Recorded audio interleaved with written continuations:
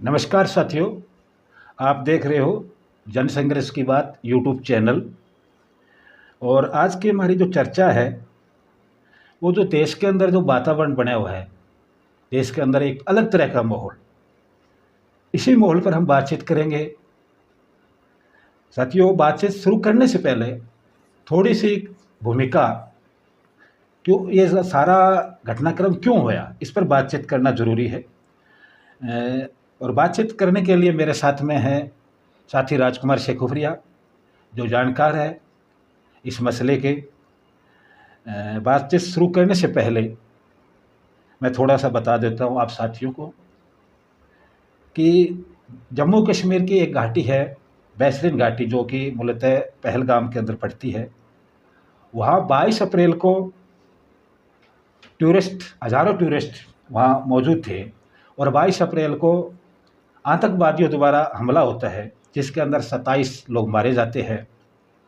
और इस घटनाक्रम से दोनों देशों के बीच, पाकिस्तान और भारत के बीच, बड़े तनाव की स्थिति बन गई थी।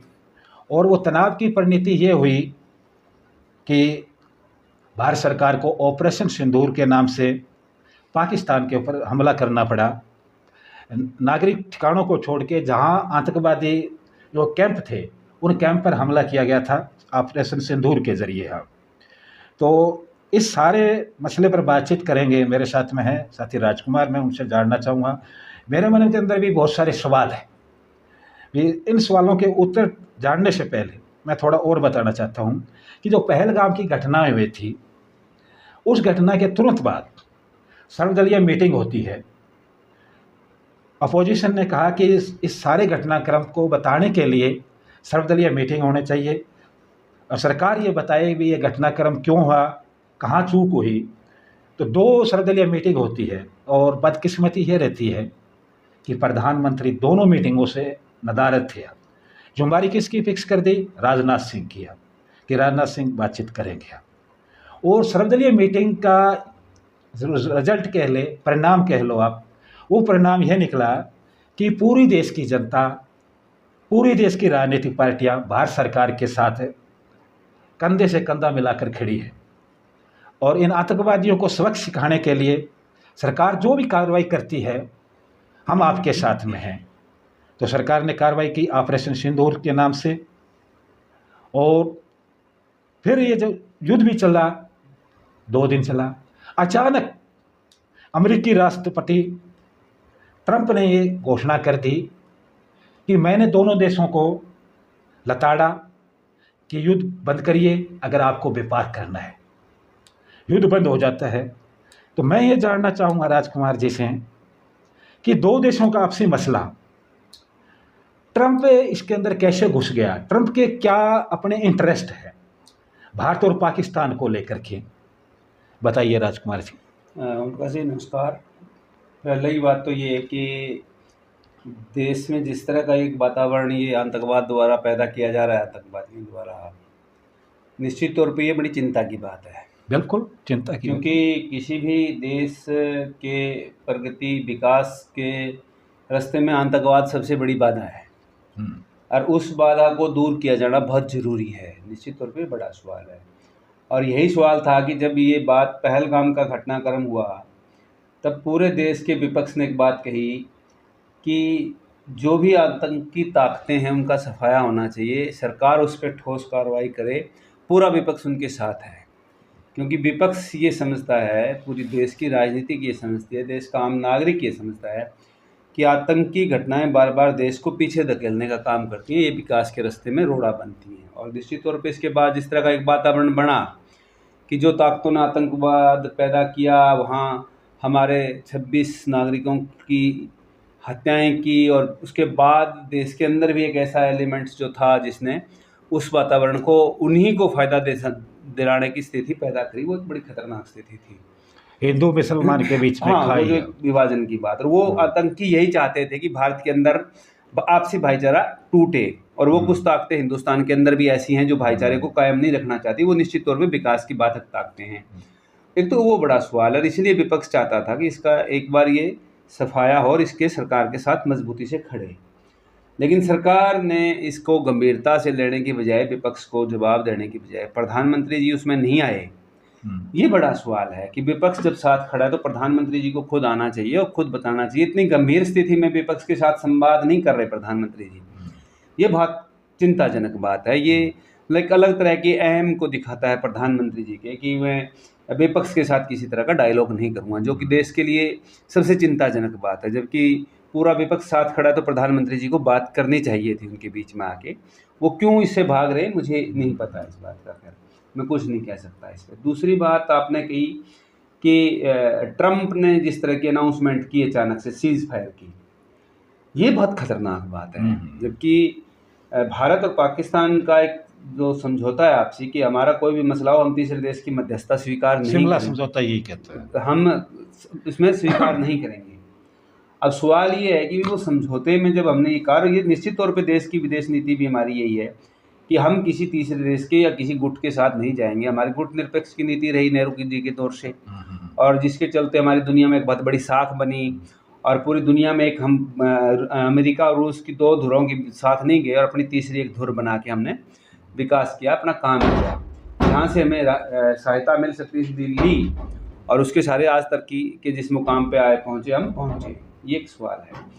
अब ये अचानक गुपचुप तरीके से जिस रूप से हुआ और अमेरिका ने अचानक अनाउंस कर दी कि भारत और पाक के बीच में जो युद्ध या जो स्थिति बनी हुई है उसको हमने सीज फायर की तरफ ले गए, हमने उनको कह दिया और सीज फायर की अनाउंसमेंट कर दी। निश्चित तौर पे ये एक बहुत बड़ा चिंताजनक बात है और ये देश के प्रधानमंत्री जी को बिल्कुल स्पष्ट करना चाहिए, क्योंकि प्रधानमंत्री जी ने जब दोबारा देश के नाम संबोधन किया उसमें भी कहीं भी इसको उन्होंने चर्चा नहीं किया, इससे इनकार नहीं किया कि ये घटना जो है इसमें कहीं भी तीसरा दल कोई शामिल नहीं है, देश शामिल नहीं है। प्रधानमंत्री जी ने इस पर कुछ भी जवाब नहीं दिया, ये और ज़्यादा चिंताजनक बात है। जबकि ट्रंप बार बार ये कह रहा है, हालांकि हम ये मानते हैं नहीं, ट्रंप तो अब भी नहीं मान रहा, वो तो रोज करना एक नया बयान देता है, एक नया बयान रोज दे देता है। लेकिन ये भी सच्चाई है कि ट्रंप का जो पिछला कार्यकाल था तब भी अमेरिकी मीडिया ने ये कहा कि ट्रंप ने लगभग हज़ारों बार झूठ बोला है, जो चीज़ें नहीं थी वो भी बोली। और वो झूठ बोलने की परंपरा इस दौर में जो शासकों के बीच में आ रही है, जो सच नहीं बताते, झूठ बोलते हैं, झूठ के सारे देश में गुबार पैदा करते हैं, वो गुबार ट्रंप ने अब भी पैदा करने की कोशिश करी है अपने देश में। लेकिन ये है कि भारत सरकार को ये स्पष्ट करना चाहिए कि हमारी मध्यस्थता अगर उसने अनाउंस की, अगर वो बीच में था तो क्यों था, और अगर नहीं था तो वो बार बार हमारे देश को इस तरह से क्यों बीच में जोड़ रहा है। और एक पक्ष ये, दूसरा पक्ष ये है कि अमेरिका आज के दौर में जो चल रहा है, जो हम समझते हैं कि अमेरिका आज के दौर में इस कोशिश में कि उसका अपना जो देश का सिस्टम है वो डामाडोल है, वो अपनी अर्थव्यवस्था को बचाने के लिए लगा हुआ है। वहाँ भी असंतोष बहुत ज़्यादा असंतोष। आप देखो, जब से ट्रंप बना है उसके बाद लगातार उसका विरोध हो रहा है कि ट्रंप ने ये क्या नीति अपनाई है कि मतलब विदेशियों को बाहर निकालने की नीति, छात्रों की, अब भारत के छात्रों पे भी उन्होंने कहा है कि अगर वो भारतीय छात्र जो अमेरिका में बैठे हैं वो भारत में जब पैसा भेजेंगे उनके ऊपर भी टैक्स का उन्होंने रेशो बढ़ा दिया, 1 लाख के पीछे 5,000 रुपये बढ़ा दिए। अब ये सवाल भी आ गया, ये रेशो भी बढ़ाया है। तो ट्रंप ने ये घोषणा की और ट्रंप को मैं ये समझता हूँ कि ट्रंप ये देख रहा है कि आज के दिन दुनिया में जो एक अजीब स्थिति बन रही है व्यापार को लेकर, वो ये जो बीच में टैक्स के सवाल पे, टैरिफ के सवाल पे जो एक युद्ध की स्थिति बनी हुई है कि उन्होंने दुनिया के देशों पे किसी पे 140, किसी पे 125, किसी पे 40% टैक्स ट्रंप ने आने के बाद बढ़ाए। और उसके बाद क्या हुआ कि ट्रंप के देश में भी असंतोष है और ट्रंप के हाथों से कहीं न कहीं व्यापार भी फिसल रहा है और उसका जिस रूप से दुनिया के दूसरे देशों ने जवाब दिया, अब उसमें भारत ने उसको जवाब नहीं दिया। भारत तो बोल ही नहीं रहा। तो मुझे ये लगता है कि भारत सरकार कहीं न कहीं इसको स्पष्ट करे कि ऐसा गेम क्यों खेल रही है, जबकि पूरी दुनिया ट्रंप को जवाब दे रही है, व्यापार में भी जवाब दे रही है और उसकी दूसरी जो आक्रामक नीति है उसका भी जवाब दे रही है मुंह तोड़ के कि भी आप ऐसा तरीका नहीं अपना सकते। उन्होंने धक्के से अपने आप को के बीच में घुसेड़ के मुझे लगता है कि वो जो चाइना की इस दो आसपास के देशों में जो पकड़ है उसके साथ उसके अपने जो कंट्राडिक्शन है उनके बीच में भी कहीं एक अपने आप को कहीं सेव करने की गुंजाइश लगती है कि वो एक कोशिश की। और दूसरा ये भी है कि वो, ठीक बात है कि वो लगातार उनका एक प्रेशर चाइना अमेरिका का भारत के ऊपर आ रहा है कि भारत के कृषि बाजार के लिए, अमेरिकी कृषि उत्पादों के लिए बाजार खोल दिया जाए। वो पीछे भी लगातार चर्चा करते रहे, उसमें भी कि भी वो करते रहे, कर रहा है। और वो अब भी कह रहा है कि हमारा जो ड्राई फ्रूट है और आपकी ये गेहूं है, जौ है, मतलब दूध है, मछली उत्पादन है, पोल्ट्री है, इनके लिए हमारे बाजार के लिए बाजार खोलिए और हमारे ऊपर टैक्स की जो मात्रा, वो जो एक न्यूनतम सीमा है 10% की, उसके आसपास लिया है। कुछ चीज़ों में तो शायद भारत सरकार उससे भी नीचे लिए। एक बड़ी चिंता की बात है, असल में ये बहुत बड़ा सवाल है। दूसरी बात मैं राजकुमार जी ये कहना चाहता हूँ आपको कि ट्रंप का यहाँ कोई विरोध नहीं हो रहा। आपने जैसा बताया कि अमेरिका में हो रहा है, आपको मैं याद दिलाना चाहूँगा, अमेरिका की यूनिवर्सिटी है, जानी मानी यूनिवर्सिटी है, वहाँ ट्रंप ने दखलंदाजी करने की कोशिश की थी। वहाँ की जो मुखिया है, मतलब उनकी मैनेजमेंट है यूनिवर्सिटी की, उसने कह दिया सावधान, धमकाने की, कोई हस्तक्षेप करने की कोई ज़रूरत नहीं है। इस यूनिवर्सिटी ने अमेरिका को 8 राष्ट्रपति दिए है। मतलब अमेरिका के अंदर विरोध है। और भारत के संबंध में जो वो रोज़ बयान देता है, नए नए फैसले लेता है, उसका कहीं विरोध नहीं हो रहा। दूसरी बात मैं ये कहना चाहता हूँ, नहीं विरोध हो रहा है, वो देखिए सवाल ही है उनका जी कि अमेरिका हो, चाहे भारत हो, चाहे दुनिया के और भी बहुत से देशों ने एक कोशिश की जा रही है कि ये जो हमारी शिक्षा व्यवस्था अब तक दुनिया में चल रही है, जो शिक्षा का असल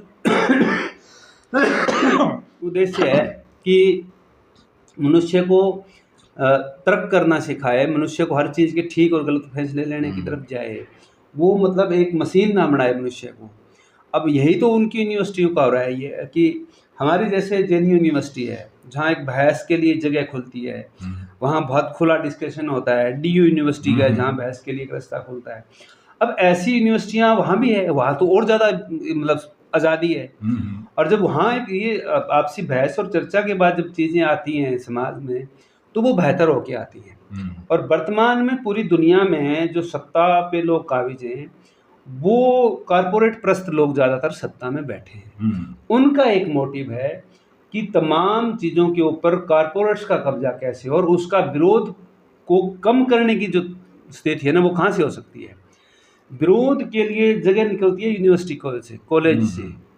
वो जो बुद्धिजीवी तबका है, जो एक बहस क्रिएट करता है, उससे एक विरोध की जो संभावनाएं बढ़ती हैं, उसको रोकने के लिए प्रयास वो वहाँ भी किया, और वो हिंदुस्तान में भी हो रहा है। हिंदुस्तान में मैं एक दिन पढ़ रहा था कि एक यूनिवर्सिटी ने इसलिए मतलब 5 प्रोफेसर्स को सस्पेंड कर दिया कि वो अपनी यूनिवर्सिटी में लंबे दौर से लगातार अंबेडकर साहब के कोई न कोई एक लेख पढ़ रहे हैं। 2022 से लगातार पढ़ रहे थे, और 2024 में जाके उस यूनिवर्सिटी ने मतलब उन 6 प्रोफेसर्स को वहाँ से यूनिवर्सिटी से सस्पेंड कर दिया। इसलिए कर दिया कि ये अंबेडकर पे चर्चा कर रहे हैं, ये बहुत खतरनाक है। तो ये तो सारी जगह हो रहा है। नहीं, क्या इतिहास पढ़ना गुनाह है? नहीं, इतिहास पढ़ना चाहिए, उसी से इतिहास से सबक लेते हैं। अंबेडकर भी तो कहना इतिहास का एक पार्ट है। बिल्कुल ठीक बात। पता नहीं क्यों इनको डर लग रहा है अंबेडकर का। आपको याद होगा देश के गृह मंत्री अमित शाह ने भी एक लोकसभा के अंदर कह दिया था कि क्या अंबेडकर की रट लगा रही है। अगर इतने बार कहना परमात्मा ना, शायद परमात्मा मिल जाता था। वो उसी का पक्ष है ना कि वो जो तर्क के लिए, बहस के लिए जो जगह है ना, उसको समाप्त करना चाहते हैं, ताकि उनके किसी भी सवाल को कोई काउंटर ना करे, उनके किसी भी बात पे कोई सवाल ना करे। मतलब एक बिल्कुल जिसने कह दिया वो गोरख पांडे की कविता है ना कि राजा ने कहा कि रात है, रानी ने कहा कि रात है, दरबारियों ने कहा कि रात है, और ये सुबह सुबह की बात है। अब वो सारा उसी दिशा में ये राजा ले जाना चाहता है। ये अपने आप को मतलब राजा मानते हैं, लोकतंत्र के प्रहरी नहीं मानते। ये बड़ा सवाल है। जहाँ आपकी बात आई, तर्क की बात आई, पता नहीं तर्क से तो इनको कितना डर लगता है। जो कोई तर्क की बात चलती है, फिर इनके पास एक सेना है जिसको ट्रोल सेना बोलते हैं, उसको कहना सचेत कर देते हैं, उनको उसको जागृत कर देते हैं, ये पड़ जाओ, इनके पीछे पड़ जाओ। अभी इसके नाम सारे घटनाक्रम के अंदर एक ट्रोल आर्मी का देखो आप क्या है, मतलब क्या क्या बोल देते हैं, शर्म नहीं आती, बिल्कुल भी शर्म नहीं है, क्या क्या बोल देते हैं। और अभी के ये माशी नरवाल है जिसने पहलगाम की घटना में अपने पति खोया, उसके पीछे पड़ गए, ये है वो है। और सोफिया कुरैशी सोफिया कुरैशी है, फिर विदेश सचिव है, विदेश सचिव विक्रम मिस्री है। हैं। देखिए सवाल ये है जी कि आज के दिन देश में एक कोशिश इन ताकतों द्वारा हो रही है जिनको आप ट्रोल आर्मी कह रहे हो, और ये बीजेपी का जितना शासन तंत्र और उनके साथ जितना ये सोशल मीडिया में एक्टिव लोग हैं, वो एक बात के लिए लग रहे हैं कि वो जो लोग उनकी भाषा नहीं बोलते, बीजेपी की आरएसएस की भाषा नहीं बोलते, उनको डराने का, दबाने की, धमकाने की कोशिश की जा रही है। पूरे देश में हो रहा है, बड़ी तेज़ गति से हो रहा है। इसमें लोगों से ज़बरदस्ती माफ़ी मंगाई जाती है।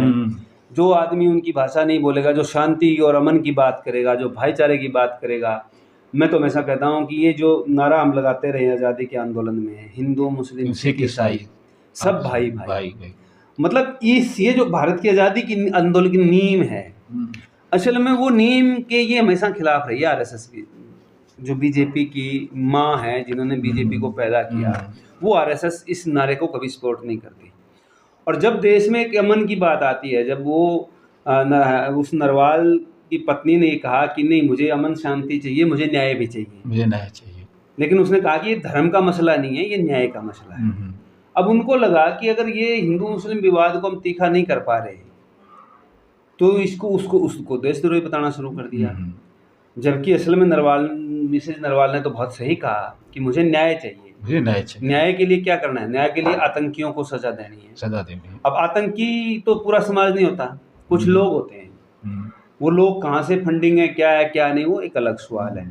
अब सवाल है कि आतंकियों का सफाया है, तो वो किसी धर्म के सफाई की बात नहीं है। तो उनको लगता है कि नहीं, ये तो हमारे खिलाफ बोल गए। यही अब जो आपके विदेश में हमारे सचिव मिस्री जी हैं, उन्होंने जो अपनी स्टेटमेंट्स दी, वो तो विधिवत सरकार की स्टेटमेंट है, सरकार की है, सरकार का नौकर है। लेकिन सवाल ये है कि वो चाहता है, उनकी एक आर्मी को नीचे एक वातावरण बना रहे हैं कि उस वातावरण के अनुरूप लोग ढाल दें। उससे पहले आप थोड़ा सा पीछे जाओ, इस घटनाक्रम से पहले आप निशिकांत दुबे का बयान पढ़िए, जिन्होंने सुप्रीम कोर्ट तक को भी मतलब ऐसा करने की कोशिश करी। लेकिन अब क्योंकि उसके खिलाफ कोई ठोस कार्रवाई नहीं, तो उनको एक मौका मिल गया कि भी नहीं, हम वहाँ जब सुप्रीम कोर्ट को भी ऐसा भला बुरा कह सकते हैं, तो ये मतलब मिस्री क्या चीज़ है, उनको भी उन्होंने कह दिया। जबकि उनकी खुद की सरकार की, बीजेपी की सरकार की, हिंदुस्तान की सरकार की वो स्टेटमेंट है विधिवत, जो सरकारी अधिकृत स्टेटमेंट है, उसको गालियाँ दे रहे हैं।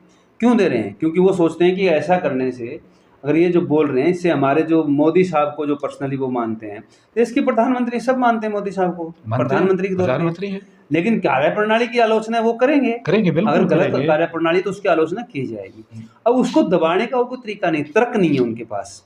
अब वही सोफिया कुरैशी के मामले में हुआ, वो मंत्री ने मध्य प्रदेश के मंत्री ने बोला, और मंत्री के ऊपर वहाँ के हाई कोर्ट ने मुकदमे के आदेश जारी कर दिए। लेकिन मुकदमा जारी मतलब उसमें भी उनकी बचाव की कोशिश हो रही है कि देश जो पॉइंट के ना कोर्ट ने उठाए थे, जज ने 2 पॉइंट उठाए थे, इन पॉइंटों को आधार मान के इनके खिलाफ एफआईआर दर्ज की जाए। अब बड़ी मतलब एक हास्यास्पद भी घटना और दुख भी है कि हम कह रहे हैं कि डिजिटल इंडिया है, और वहाँ की पुलिस क्या कह रही है, जितनी हम अखबारों में पढ़ रहे हैं, सोशल मीडिया पे भी सुन रहे हैं, कि वहाँ की पुलिस कह रही है कि हमें वो उस प्रोग्राम का वीडियो नहीं मिला।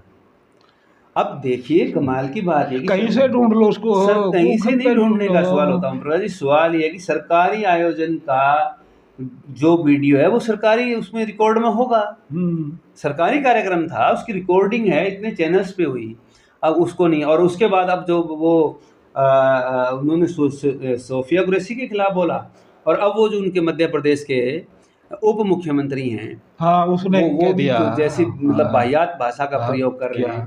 मतलब सेना बोला मोदी जी के कदमों में नतमस्तक है। हमारी देश की सेना आज़ाद थी, आज़ाद है, किसी राजनीतिक पार्टी के कदमों में नतमस्तक ना थी ना है।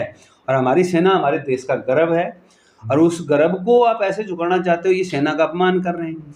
तो ये असल में ट्रोल आर्मी को लगा के, ये कुल मिला के जो पहले एक बहुत लंबी बहस चली आ रही ना कि संस्थाओं पे कब्जा है, आप ईडी पे कब्जा, सीबीआई पे कब्जा, मर्जी जिस पे रेड मरवा दो, चुनाव आयोग पे कब्जा, मतलब ये एक स्थिति थी। अभी उसी स्थिति को, इसकी कंटिन्यूटी में आप देखो कि ये इसी तरह का एक वातावरण बनाने की कोशिश कर रहे हैं इस ट्रोल आर्मी के माध्यम से। सोफिया कुरैशी को इसी में किसी कोशिश कर रहे हैं, लेकिन ये बहुत अच्छा मैसेज था कि ये आरएसएस बीजेपी के लोग हिंदू मुस्लिम करने में लगे रहे, लेकिन हमारी सेना ने, वो जो सेना का हमारा गर्व है कि इस देश का हिंदू मुस्लिम सिख ईसाई सब भाई भाई, और इस देश के वो सैनिक हैं, चारों सिपाही हैं। और उन सिपाहियों ने, इसमें आप देखोगे मुस्लिम भी है, हिंदू भी है, सिख भी है, सब तरह के सैनिक हमारी इस संघर्ष में फोर फ्रंट पे लड़ रहे हैं। ये तो भारत की विविधता है, यही विविधता, यही वो खूबसूरती है भारत, खूबसूरती है। वो खूबसूरती ही इस ट्रोल आर्मी को अखरती है, इस ट्रोल आर्मी को अच्छी नहीं लगती, और वो खूबसूरती बनी रहे इसके लिए जरूरी है कि देश का बुद्धिजीवी वर्ग, देश के विवेकशील लोग, देश की वो राजनीति जो देश के इस लोकतंत्र को और इस देश के मतलब अच्छे, मतलब हंसते खिलते फूलों वाली जो बगिया है ये और बेहतरी से महके, वो जो राजनीति चाहती है, वो राजनीति इस देश की सांप्रदायिक ताकतों को विरोध कर रही है। और सांप्रदायिक ताकतें चाहती हैं कि नहीं, उनके हिसाब से एक बिल्कुल वीरान बन जाए। वो एक किसी का है ना कि गुलिस्तान को बर्बाद करने के लिए एक उल्लू काफ़ी है, या तो हर शाख पे उल्लू बैठे हैं। अब सवाल ये आ रहा है कि हर शाख पे जो उल्लू बैठे हैं वो देश को किस दिशा में कोशिश कर रहे हैं, और हमारा अब सरकार इसमें किस तरह के स्टेप लेगी। लेकिन ये सच्चाई है कि हिंदुस्तान का आवाम, आप अंग्रेज़ों को तो छोड़िए, उससे पीछे भी चले जाइए, 1600 से पीछे भी चले जाइए, भारत के लोगों ने ना रजवाड़ा शाही की गुलामी स्वीकार की, ना मुगलों की गुलामी स्वीकार की, ना अंग्रेज़ों की गुलामी स्वीकार की।